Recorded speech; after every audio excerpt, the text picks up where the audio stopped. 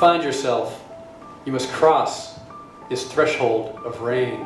At the Moody Center for the Arts, a reading with award-winning poet Nick Flynn comes with an interdisciplinary twist. Along with media artist David Rokeby, Flynn debuted an AI program that generates real-time illustrations based on what it hears. We've been working on this in my lab for about 2.5 years. There's a series of poems that we've been training the machine on and working with the machine on. Each poem has its own set of prompts, which are these ambient prompts which control where the machine can go. So it creates the mood that we want for the poem.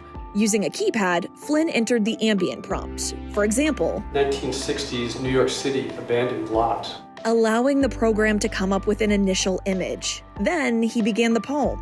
They're falling all around me. And watched with the audience as the program came to life. We made a dance of all the ways we'd hurt our bodies. It's meant to be done live. It's really meant to be done like in real time, because that's when because it does change every time. The speed that this happens means that you can explore it kind of intuitively, just as a human being, almost the way you would have a conversation with somebody. And that changes it so that you can get a better feel, I think, for what it does badly and what it does really well. The pair admitted there is plenty of both at this point in the process. We're really at the very beginning of it, which is very exciting, because what excites us a lot about it is that it's really wonky still. It makes a lot of mistakes and there's the six-fingered people. What engineers might label glitches, Flynn and Rokeby view as features. As an artist, you're always looking for ways to bend away from the real, to be expressive in different ways.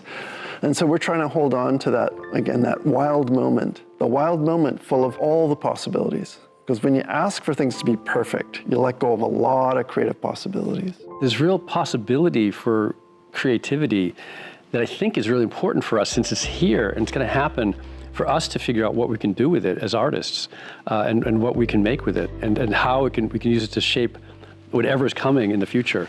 That future is as open-ended as the prompts used by the program.